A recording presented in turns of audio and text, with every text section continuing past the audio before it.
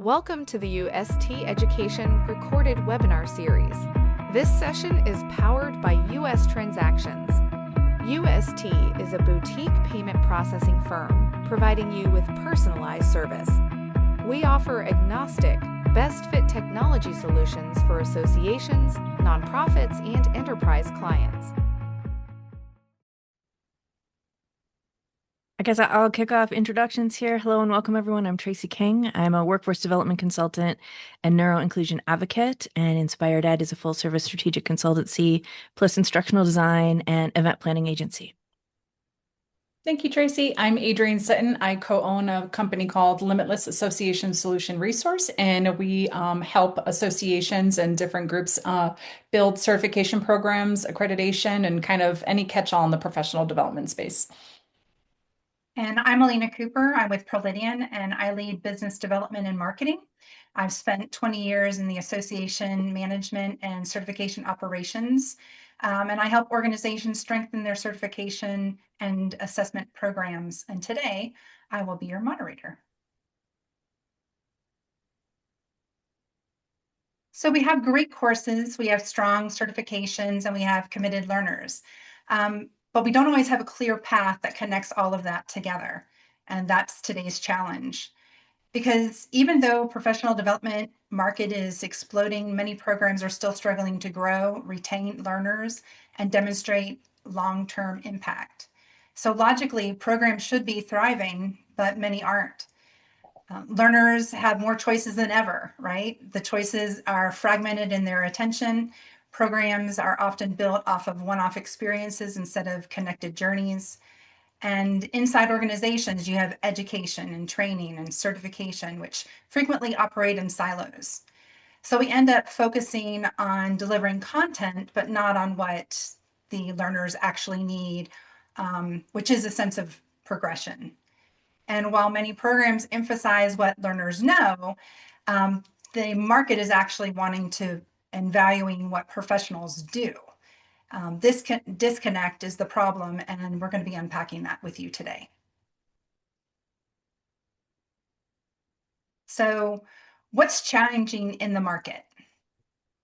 Tracy, Adrienne, you both spend a lot of time in the association and credentialing space. So what are you seeing?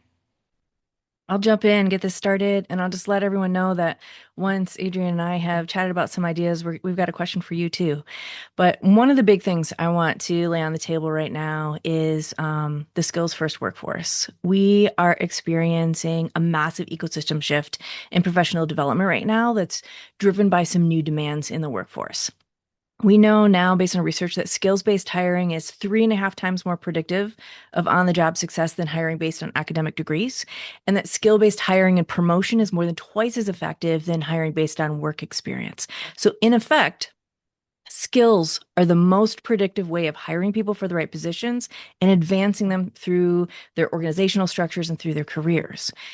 If our programs aren't performing how they used to, a big part of the reason is because we are in this shift toward a skills bias in the workforce. We're talking about capability, proficiency, competency, mastery, performance. And you can't get that with informational-based programs.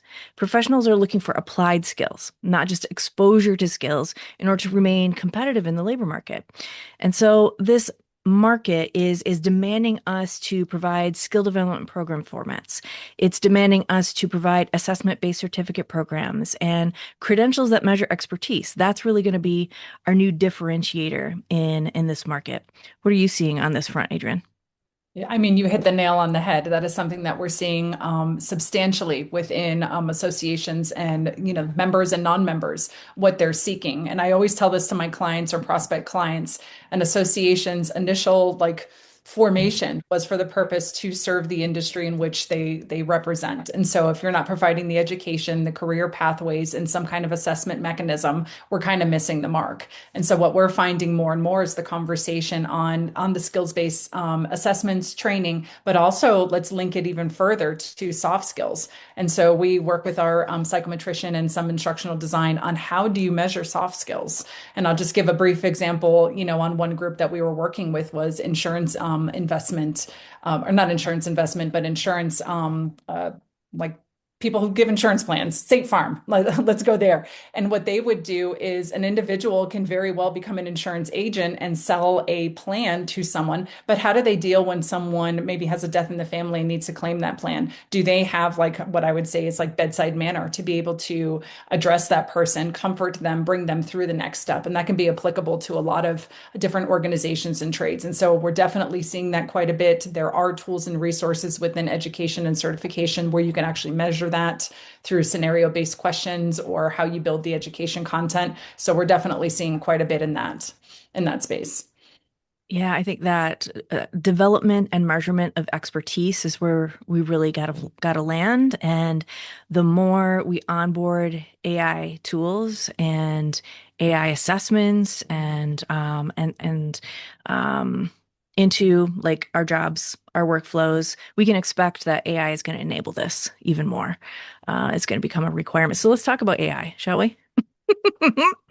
Um, I mean, what I'm seeing from the learning side is that AI is shifting what we learn, how we learn it, and why we're learning it.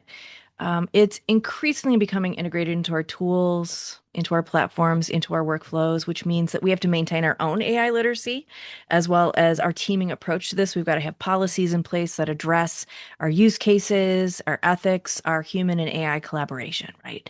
It's also important for us to keep a finger on the pulse of how job roles are changing in our field. I can see on the learning and development side how it's shifting the skills necessary to be a learning design and event management professional. We're looking at data management skills, analytics skills, learning architecture. Right now, AI implements more of a like information hierarchies. It's not conducting learning design or implementing learning structures, but it's going to improve there. Agent management is a big one, and then content and BOK validation. And so what we do is shifting. It's not just the tools that we're onboarding, but who we are in our jobs is shifting. What are you seeing on the credentialing side?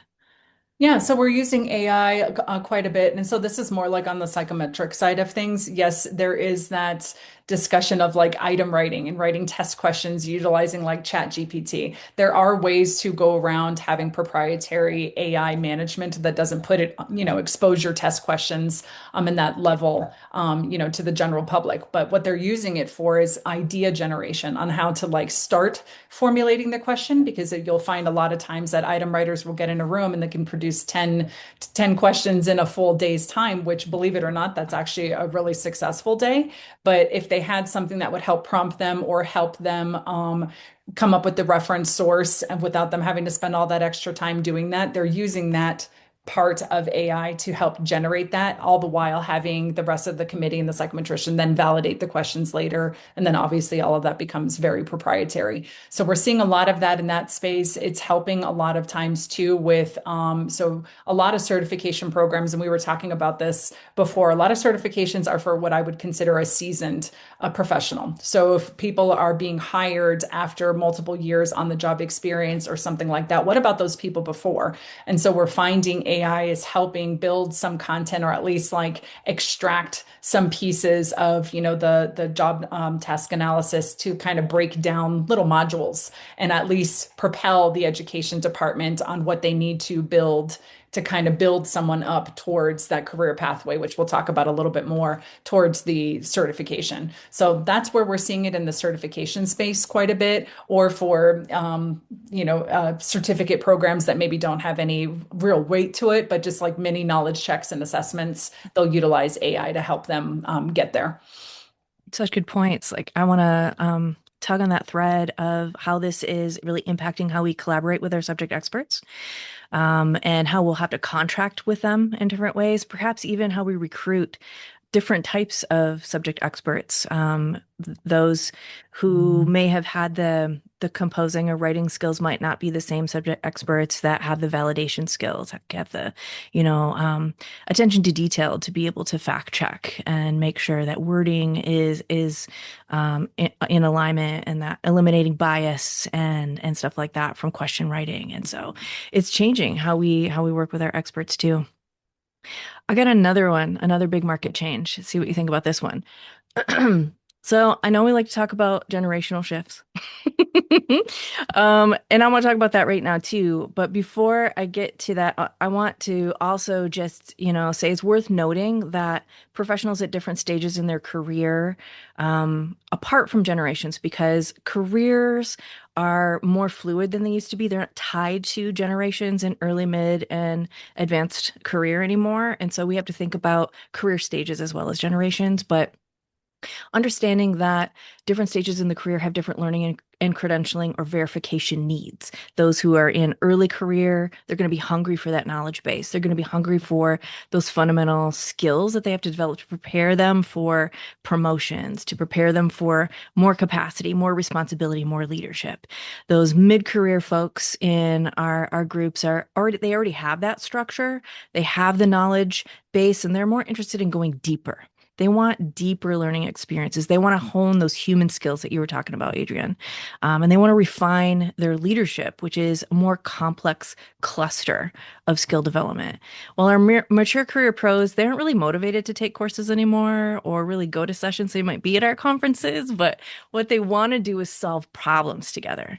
And because they've already developed mastery in their domain, they want to know how other masters are doing things. And so if we can be the convener of that, then we have an opportunity to harness that brain trust too.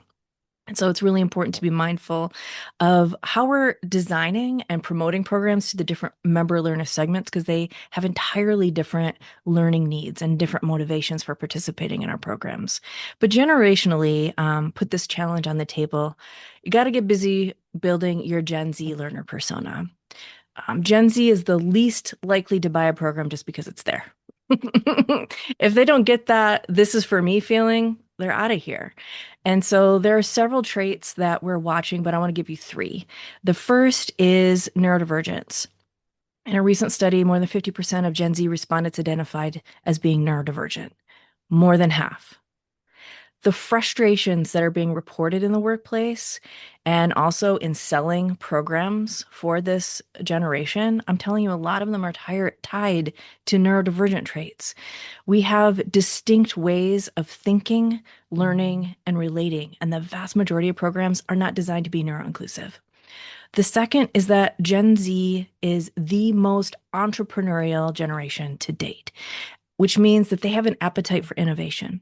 Same old sit and listen isn't going to work for them. They want to be part of the problem solving cultures of organizations. And so they're looking for not the same old ways we've done things, but improving things, efficiency, ways of implementing technology in innovative ways. And also, one more trait I'll set out there is Gen Z are active learners.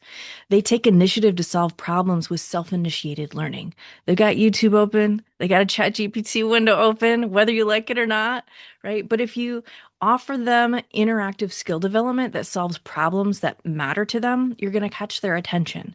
And so building that Gen Z learner persona is absolutely critical right now. No, I like that. I feel like we do see some of these things, and it might link towards, at least in the certification realm, building like they call them like, the micro credentials or little certificate of achievements to kind of get them to that. But I think one thing that we also find quite a bit too is how the organization is also marketing that. So a lot of things when we're doing feasibility studies on how to market a certification program, the first question I always ask is, who typically would be paying for this? Is it the employer or is it the individual? And that makes a really big difference on how someone is encouraged. Also, obviously if they get promotions or hired because they have this credential, like some things like that really work well. And then building these additional specialty areas to help them continue advancing their career level, regardless of where they're at, but building that pathway for them. It's kind of what I've been seeing. Absolutely. Absolutely. Are there other market shifts that you want to address? Or are we ready for our first audience question? First audience questions, go for it. Let's go. Let's go.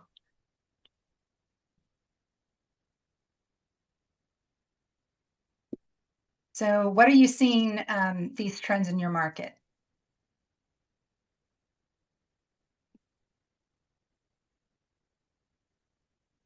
Yeah, tell us if you're seeing the skills first workforce activated in your industry. Are you seeing some shifts in how you design or promote programs because of generational um, market desires? Or what are you seeing in terms of AI enablement and how that's changing learning and credentialing for you? So I see someone posted on here saying like their former association had a lot of career switchers. So I think this is a good one. So generation didn't align with the career level. What do you see in that, Tracy?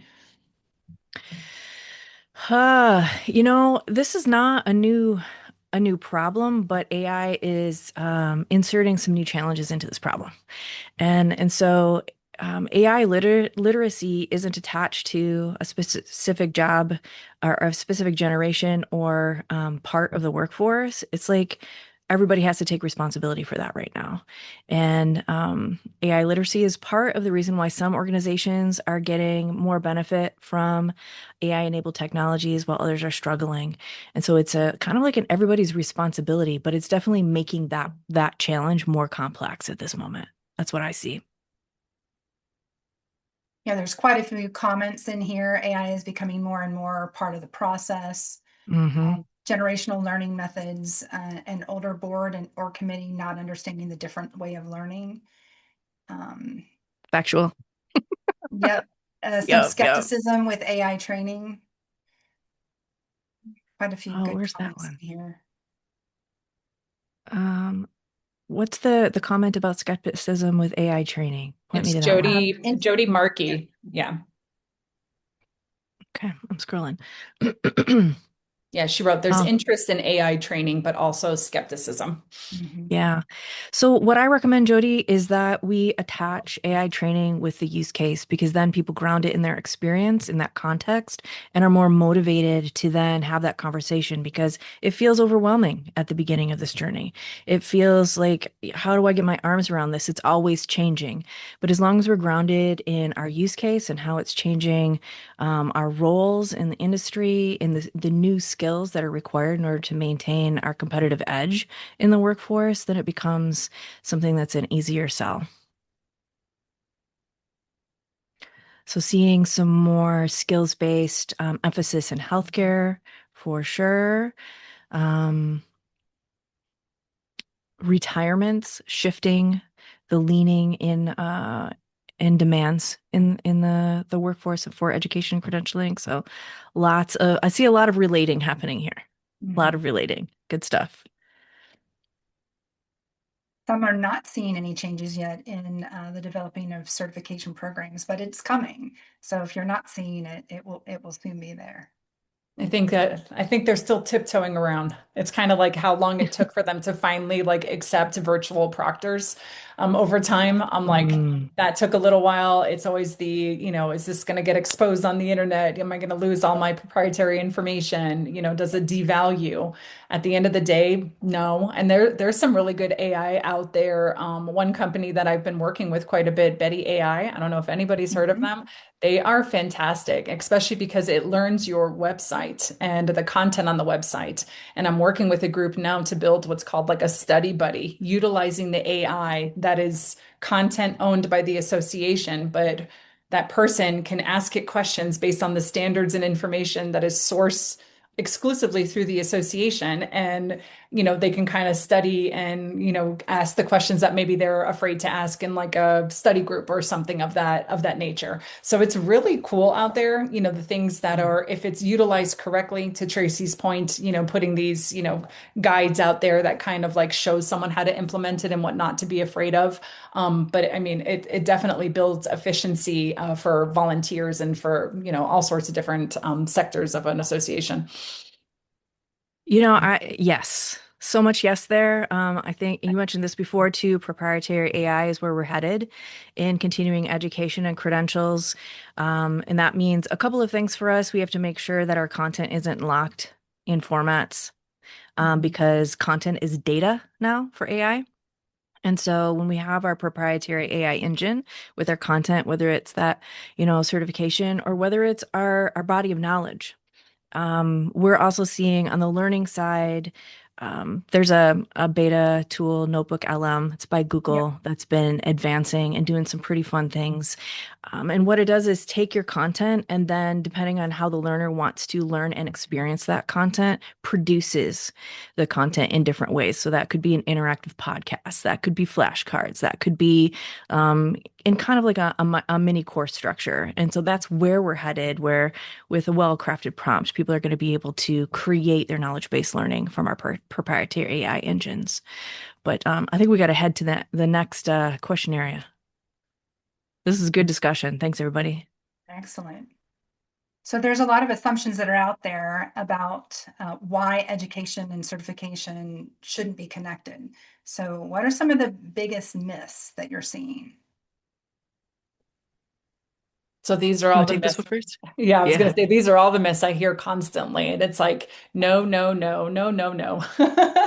All of this is entirely possible. And I know we talk about this a little bit later down this to dispel what the biggest myth is. 1,000,000% can an association develop a certification program, education content, practice exams, study guides, all of the above. The biggest thing is number three, training and certification must be separate in the sense of your subject matter expert. It could even be the same staff member. That's not a problem. Whoever is exposed to the test questions shouldn't be writing and reviewing them for both the education side of things or the certification side of things. That is the only firewall you really need. And so we get that a lot of times where groups are very paranoid about developing a certification program because they don't have the staffing or whatever it may be. As long as you have the volunteers that can do it and you house your test questions that are on the live certification exam completely independent of that of anything being developed on the education side of things, you're more than fine.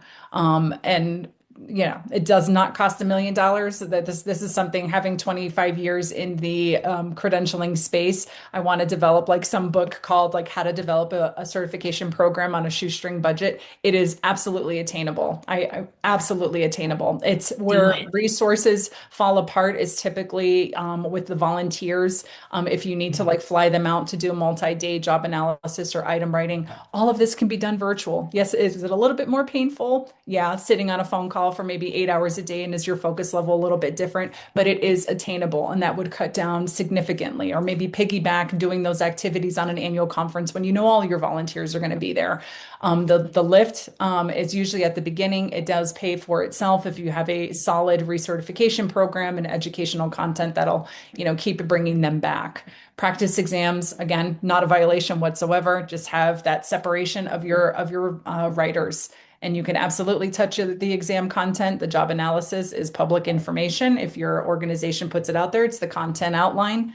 Have your education department take a look at that content outline, and then they'd formulate what test questions for a practice exam they need to focus on based on certain things, and then build some, education around that. So that's what I see. That's what I always try to dispel. It's absolutely achievable, and there's a lot of really good resources out there in the environment. Yeah, I love that. When I'm in credentialing spaces representing learning, they're like, "Why are you here?" You don't belong here. I'm like, wait, hold on. Yes, yeah, we can be friends.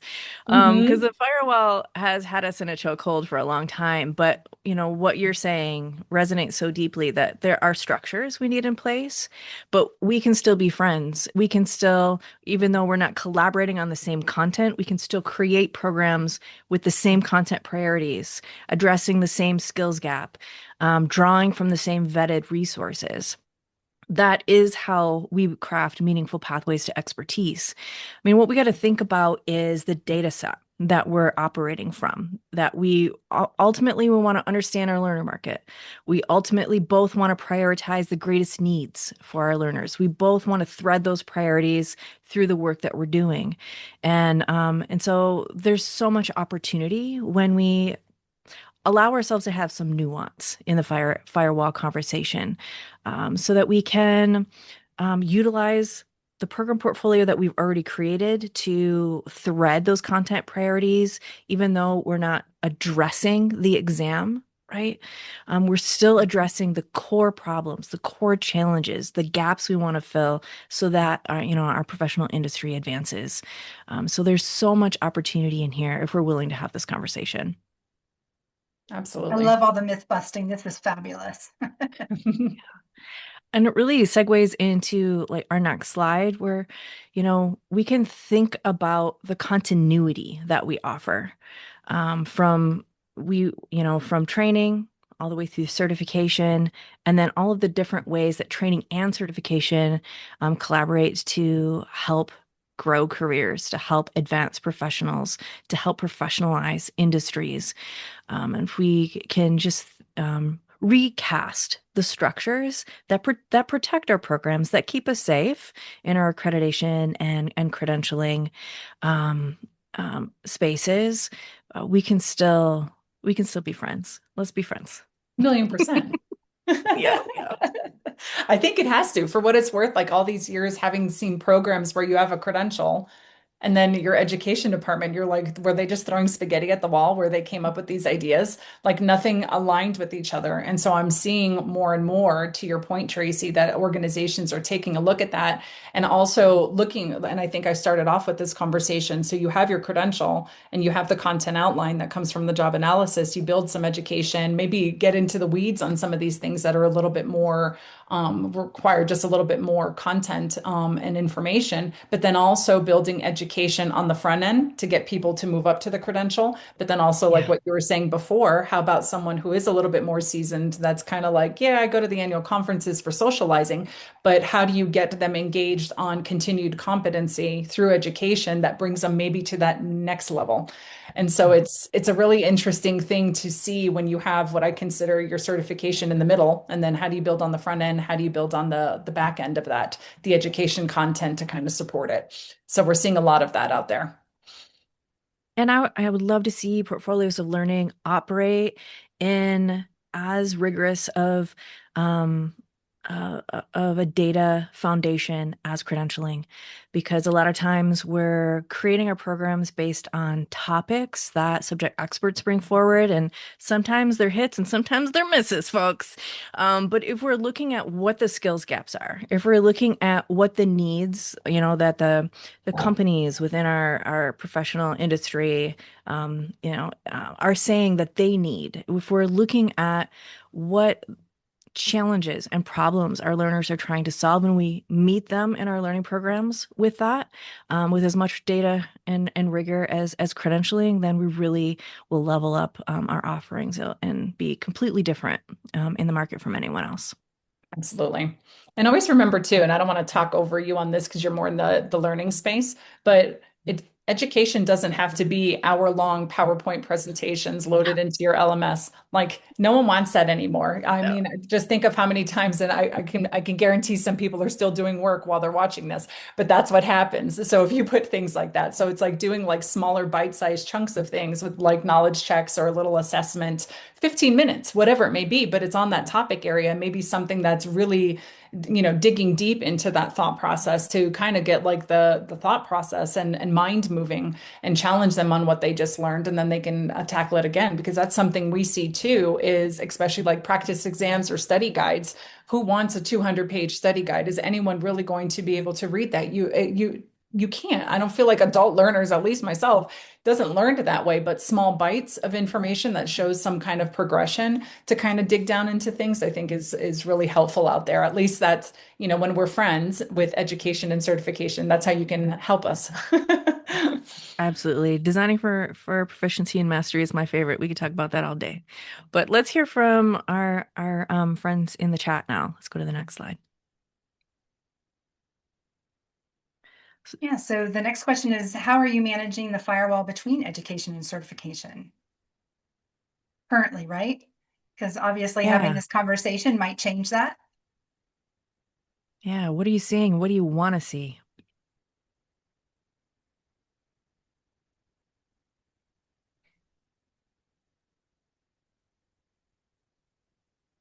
I know it takes a little while for people to comment in there. Yeah, always respect the firewall. Keep them separate.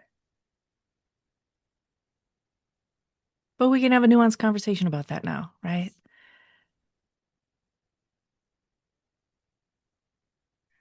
So there's one there Ah, that says something Yeah. about, we haven't launched a certification, but that's something we can consider. But my question is, wouldn't you think about maybe our next slide with the JTA to actually help develop your programming for your education, even without a certification? Yeah. Yeah. I think we can probably move on to that. I'm seeing a lot of comments about kind of towing that line. So let's talk about that. All So I'll right, kick this off. Adrian. Um, So, like, we invest so much in a JTA, right? This is huge. This is a huge piece of work, massive study. So, why wouldn't you use this powerful data to inform content priorities and curriculum as well as your exam blueprint? I mean, some industries will take the JTA and then they'll publish bodies of knowledge book series, right, based on it. It's just a baby step from there to applying this intel to how you design content domains for your annual conference and then prioritize like what types of sessions, aka challenges you want the sessions to solve in your call for proposals, right? Just a tiny baby step to how you design virtual events and webinar series that address the highest priority skill gaps, that address industry challenges. It's just a tiny little baby step to how you might prioritize your online courses or podcast series or resources that you develop throughout the year. So when we share this massive JTA data intelligence across teams, we can row the boat together. And I think that's really important if we want to provide continuity and skill development in our portfolios. Yeah, 1,000,000%. I was even going to say, I know so many clients that get this JTA, extract that one page that gives the blueprint with the domains and the weighting levels, and then files it away. There's so much good information in there as far as like who your audience is, where they're located, what the response was on certain things, years in the profession. So you can kind of get a good idea too on perhaps what areas to focus in on within the knowledge areas to build, within that blueprint for your education, but also like what level they are within their profession. So there's a lot of good, I would always say, like marketing data that also aligns with like education supports, your practice exams and things of that nature. So yeah, absolutely sharing that information is invaluable. Yeah. And then, again, we have our separate execution structures, but we're still we're making better use of that data. And it really feeds into this next piece about how we can then reconceptualize um, pathways to expertise. I mean, this is where we talk about, your point earlier about not just having a certification for advanced pros, right? Um, but perhaps we can address, micros beginning at entry level. What is the learning paired with what type of third-party verification through credentialing that we can offer to those who are stepping into the field? This is where we can talk about gaps, professional development gaps. Something that we see in our learner market analysis is often there are big gaps in portfolios around career cusps. So when we're making those moves to the next stage in the career, like there's a lot of learning inside those different buckets, but like making that step to that next promotion or that next type of career phase is often where we're seeing portfolios fail learners. And so when we can reconceive this work in terms of pathways, there's a lot of opportunities that I see from the learning side. What do you see, Adrian? Yeah, exactly that. And I think it's also a level of engagement to get people committed to your organization and then, attending annual conferences, this, that, the other. So it doesn't have to always necessarily be like age that gets them in. It could just be someone within that career. And I know I did see a couple comments on here, and I do have clients that have that where it's, for instance, I work with phlebotomists. People sometimes in that industry aren't lifelong phlebotomists. That's like a starting point before they go for like their RN or, kind of move up through the medical industry. So it's a little harder to have some of these things that we're talking about apply to all of that. But a good majority of different trade organizations will develop, the career pathways, a lot of times leaning towards the Department of Labor and Workforce Development on some of these initiatives. There's a lot of grants out there to develop these early career initiatives to get someone in at that entry level all the while working their way up, through these different, and it doesn't even have to be a formal credential. It can be little certificates that stack up where eventually that can be part of the eligibility requirements for the certification itself. Utilizing some of that education content as well for continuing education. So it kind of, everybody needs to play in the same playground and work together. And there's like really good formats and ways that can work. And maybe utilizing some AI to help execute or think through some of those things, I think is invaluable. But I'm seeing that more and more with groups where they're like, all right, we got our certification, but how do we get people here? Or everyone that's coming in is 45, 50 years old that could finally be eligible because the eligibility requirements of the certification are so rigorous, and then we only keep them for 10 years before they retire. What about all those Mm, other people? So you need all those other individuals, and that's where a lot of times these pathways come in very, very handy. This is all very absolutely. interesting. So I do have a question. Betty Ann Brown asked, can you use the JTA when members are doing many kinds of jobs across the huge industry into subsets? How does that work? I'll stick one question or one thought in here. Like the JTA is one kind of study that we do in order to understand learner market needs. And it is often focused on the job roles that are going to be most relevant to the certification, perhaps that you're building, or a specific segment of your learning population. And so there are also broader learner market studies that we can conduct, with surveys, interviews, and focus groups that, different from like maybe our member needs surveys. We're like, do you like what we do? What would you like to see? It's more like, what problems are you solving? How would you prioritize these knowledge areas and these skill areas for your professional growth? Are you looking to change roles in the next 1 to 3 years? What type of role are you looking to change, to? Like, so we can see like where the movement is in the industry, what some of the content priorities might be in broader terms than a JTA could potentially offer us. Are there good questions in here? We can move on to our next question slide too. Um, So are you seeing these gaps in your portfolio? The other way to look at this is, are you currently supporting pathways and progression in your portfolio?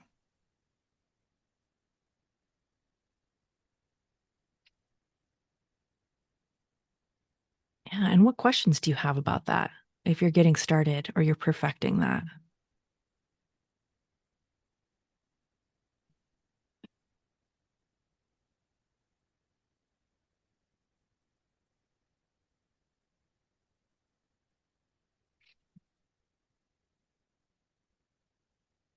So Tracy, is there anything that you're currently seeing?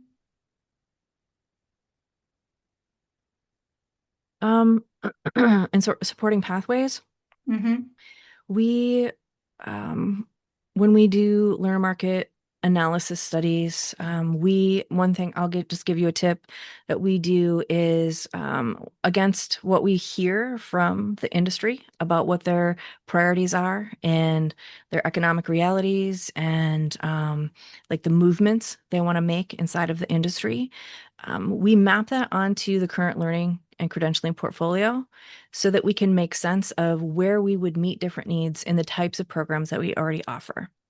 And who we're offering to what, when, to who, what, and when, so that we can see where our portfolio gaps might be. Maybe we need to beef up programs for this particular segment related to these content priorities through these two formats. Maybe we need to introduce a skill development format. Maybe we need to tack something onto our annual conference so that we can deepen some learning there, so that we can create pathways that incentivize people to become certified. And so we really want to rely on that kind of data so that we can make sense of what we offer and continue to expand upon what we offer instead of always thinking that scaling means we have to build new things. There's lots of opportunities in the formats that we already offer to provide for expertise development, to provide learning continuity, incentivizing credentialing. We just have to know what those needs are and how to best utilize our current portfolio to prepare it for continuity in those types of experiences. Yeah, and I was going to Excellent. say I work with a lot of groups doing, and I think you touched on this, Tracy, doing like a feasibility study, but it doesn't have to be, this 30, $40,000 investment of the organization. Identify your target market, what your segments are, and host Zoom meeting focus groups. And you would be so surprised the information that comes out of them based on their job roles and what they do, what resources they need. I always say when you sit down at your desk or whatever job you're in, what do you need to be successful at your job and take it to the next level? Think about that. You want the association obviously to be the forefront of that information. And I think nothing is better than linking to some kind of, assessment base, test their skills. We Mhm. all can watch, webinars, read books and do all of that, but are we retaining it and can we apply it? And I think that's where the value comes in, where it's just not, a whole learning library of a bunch of information that doesn't actually advance someone to the next level, but just some plain and simple little Zoom focus groups. You don't even have to spend the money to fly people out. You will get a plethora of information. Absolutely. I love that.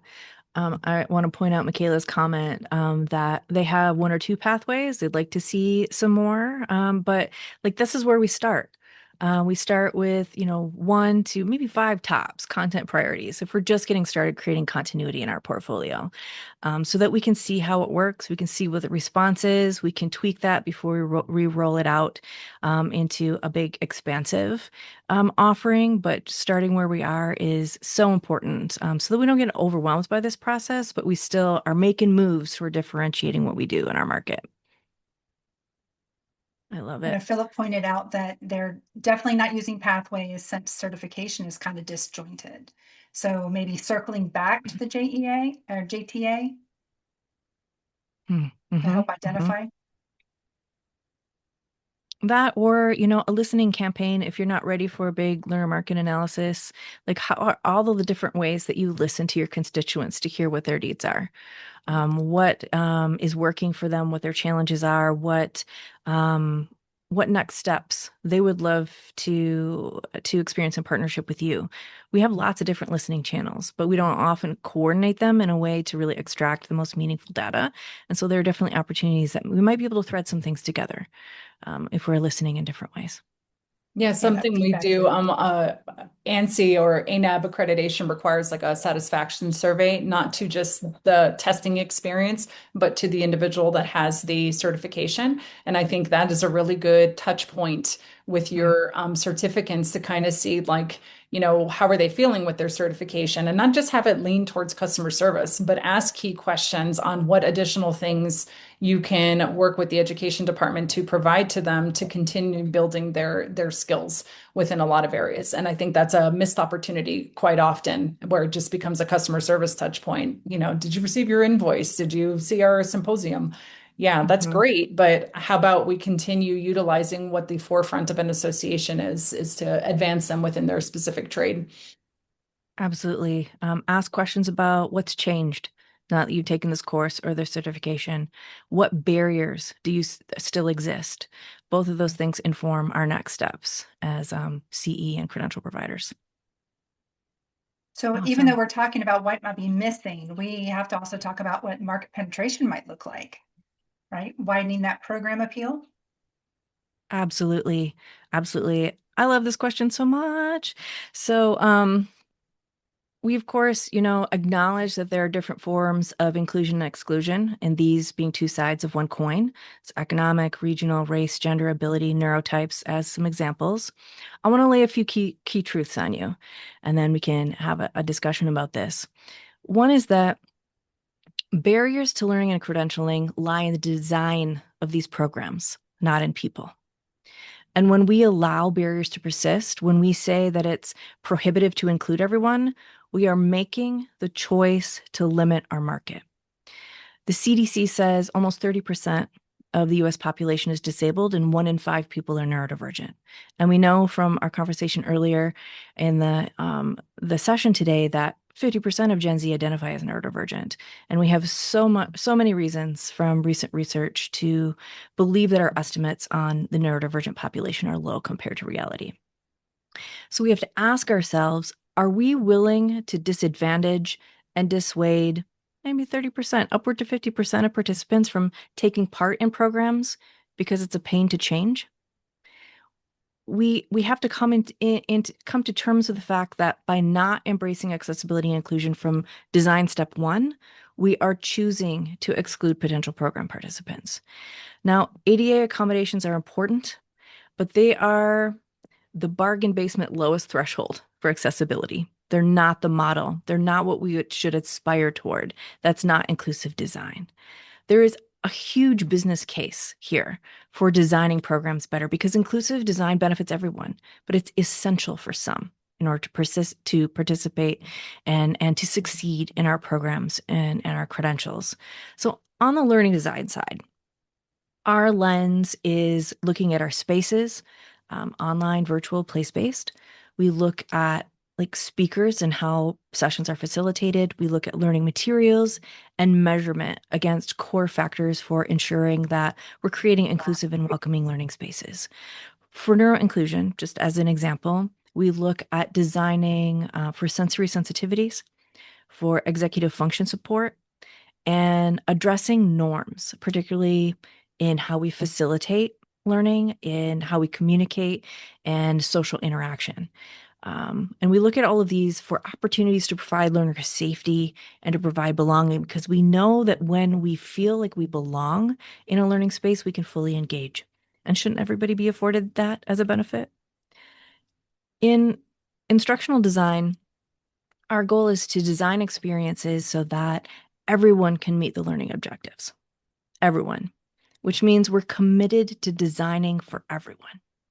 Universal Design for Learning is a great framework that we love, that we use, that we recommend for thinking about how to support this goal within our means. We don't have to blow up everything. We can start and we can advance our understanding and how we design and how we provide accessible and inclusive learning and credentialing.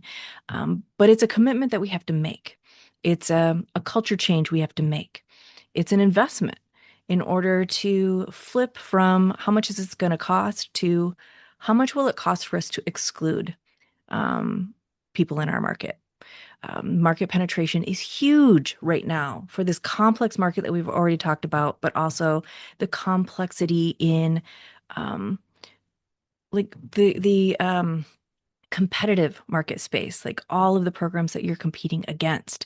And so I love this conversation because there's so much opportunity here if we're willing to open our arms and to grab it. No, I think you're absolutely spot on with that. And I think coming, so like certification obviously is delivered one way. However, what we have found is like the training resources before, which would usually ping pong into your expertise area. A lot of groups that I've worked with, I mean, this is like 15 years ago when, online was becoming more prominent on things where we would do like webinars or certain things in the middle of the day for professions where people are manual laborers.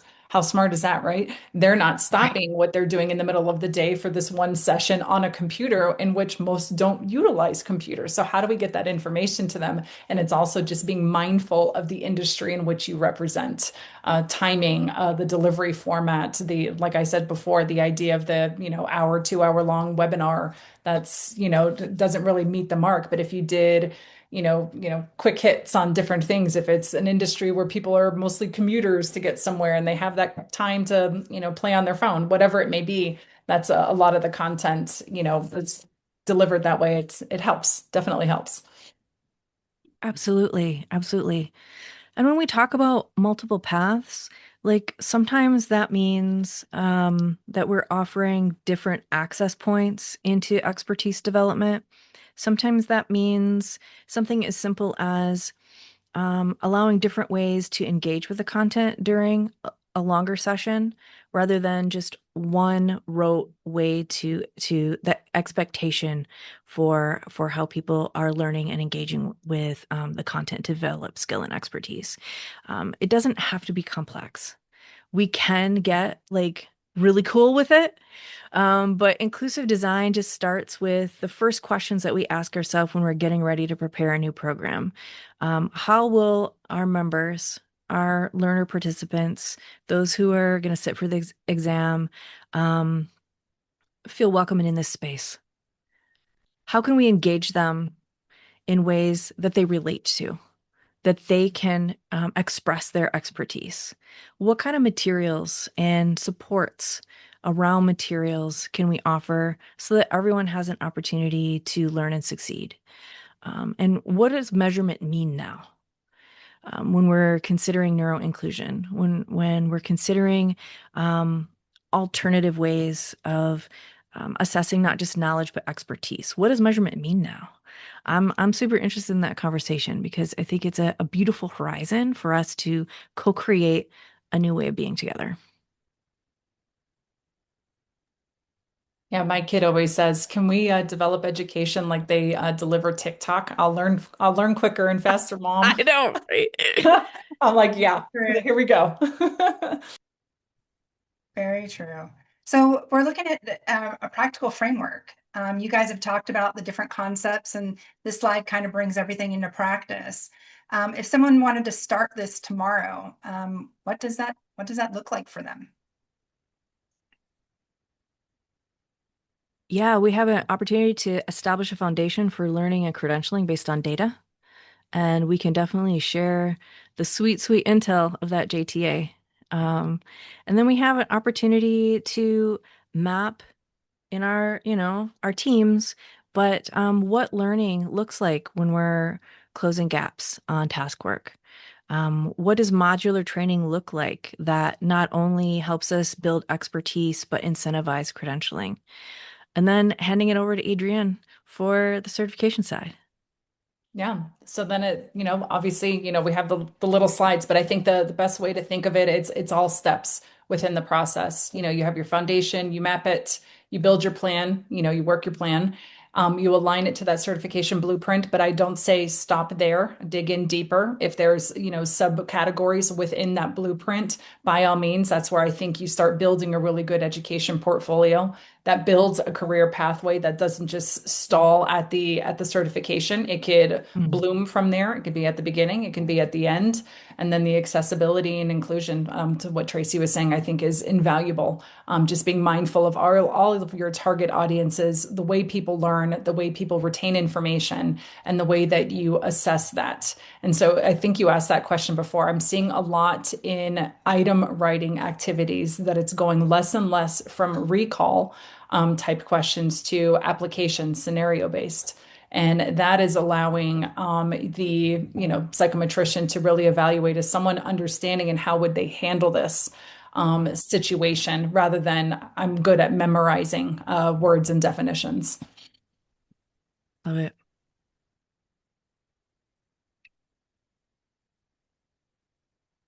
All right, so this slide, it actually brings it home, right? So this is a self-assessment. These are potentially questions for you to be asking yourself or your internal teams. Which of these questions do you think organizations most often avoid when asking themselves?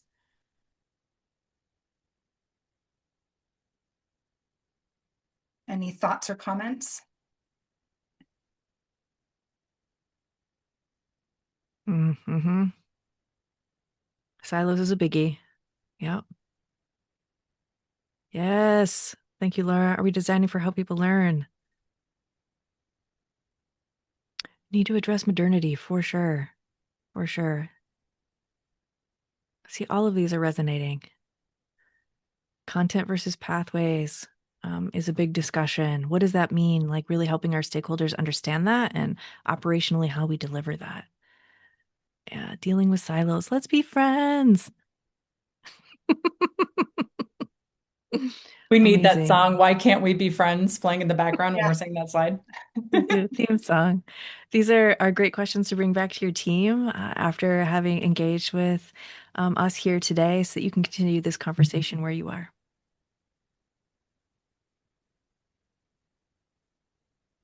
excellent. So actually rounding this out, what are the key takeaways for today?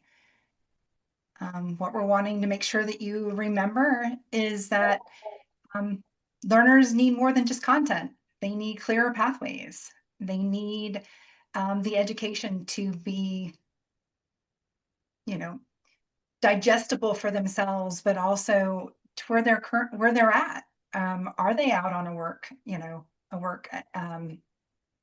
site, or are they in a classroom or at an office, meeting them where they're at.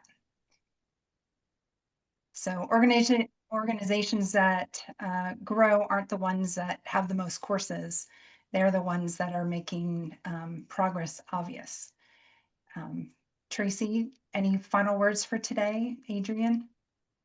Yeah, I have one thing I wanted to add on this because I think it's really important. So you have all of these things as far as like education, certification, being friendly, utilizing each other's resources, and what the value of having some kind of assessment mechanism for a different trade and a certification. So much so, I'm sure most of you have seen this, but the 529 plan being offered to individuals who want to utilize prepaid college essentially funds towards their professional certification only for certification programs that have obtained third-party accreditation through, NCCA, ISO, Cool, Department of Defense, things of that nature. But I think that just shows what the marketplace is looking for as far as like hiring individuals, more so than, the degree or the combination within. They want to see someone with the skills to start that job, not that 6-12 months lag where they then have to rely on the employer to train them, but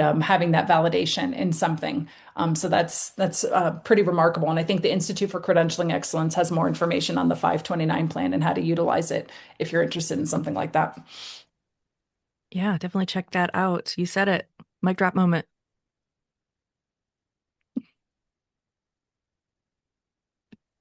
All right. So how can you connect with us? First of all, thank you so much for joining us today. It's been a fantastic conversation. Please do reach out if you have any additional questions. We'd love to continue the conversation.